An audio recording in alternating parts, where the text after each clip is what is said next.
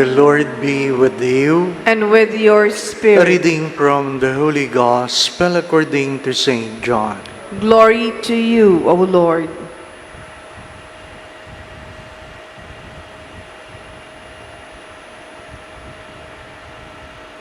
There was a feast of the Jews, and Jesus went up to Jerusalem. Now there is in Jerusalem at the sheep gate a pool called in Hebrew Bethesda, with 5 porticos. In these lay a large number of ill, blind, lame, and crippled. One man was there who had been ill for 38 years.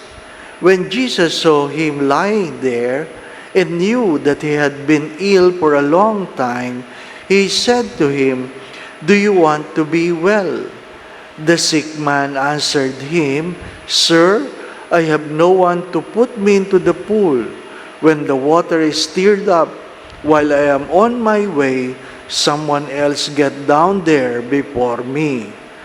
Jesus said to him, "Rise up, take up your mat and walk." Immediately the man became well, took up his mat and walked.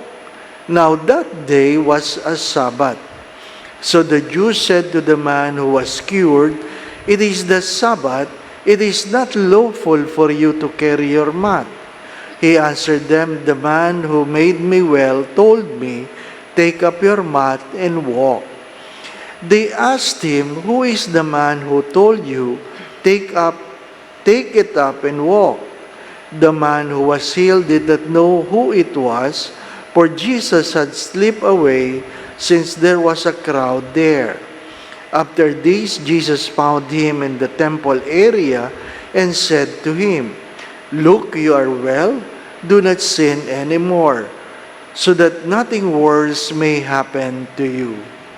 The man went and told the Jews that Jesus was the one who had made him well. Therefore, the Jews began to persecute Jesus because he did this on a Sabbath.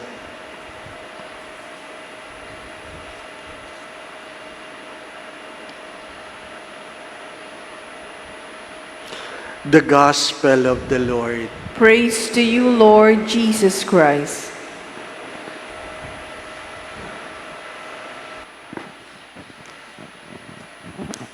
As human being, there is always the need to find something tangible. Tangible. Something you can touch, you can see, you can smell, you can feel. Something that the senses can know. The first reading reminds us of a flowing water that gives life. That gives life. That's why the symbol for baptism is water.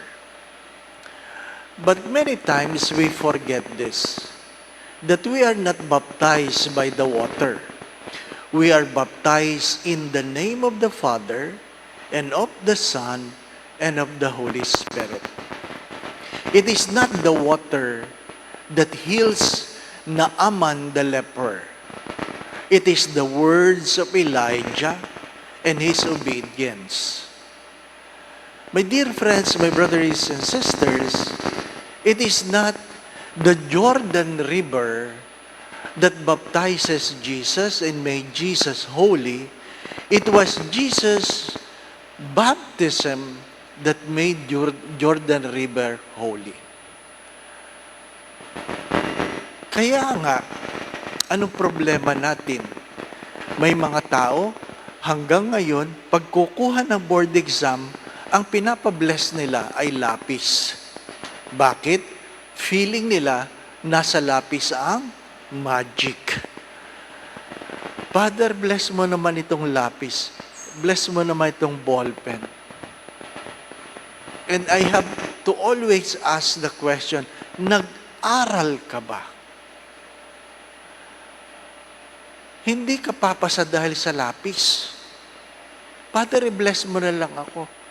Gustong buhusan ng holy water. Ibabad ko man yan sa holy water. Kung hindi ka nag-aral, di ka talaga papasa.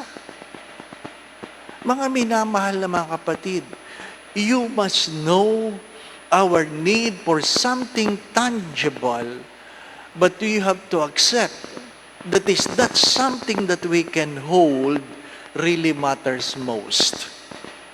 What is the gospel trying to tell us?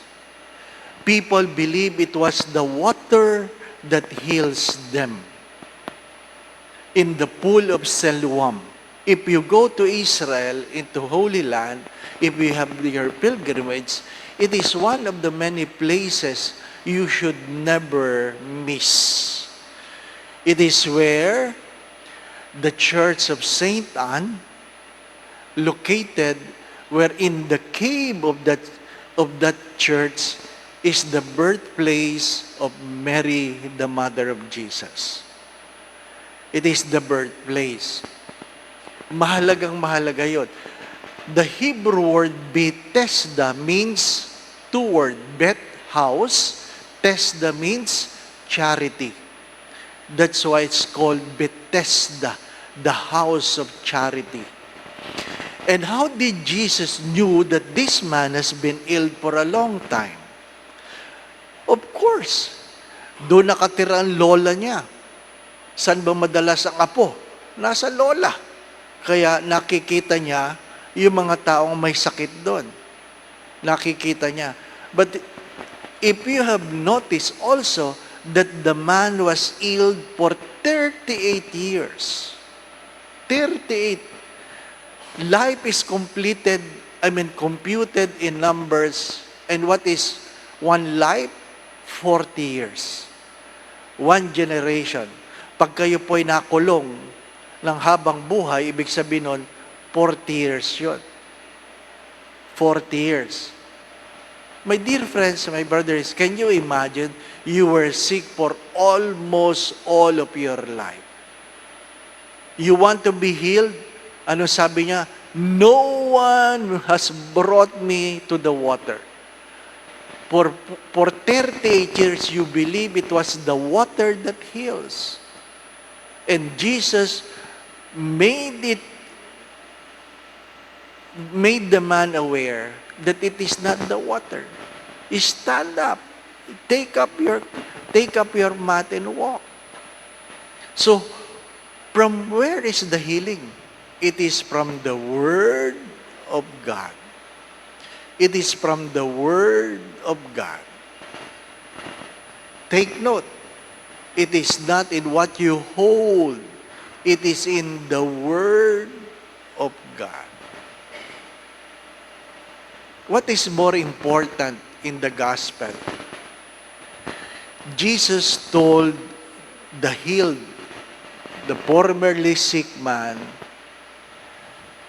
stop sinning or something worse might happen to you. I think that is more important. If you don't stop sinning, something worse will happen to you.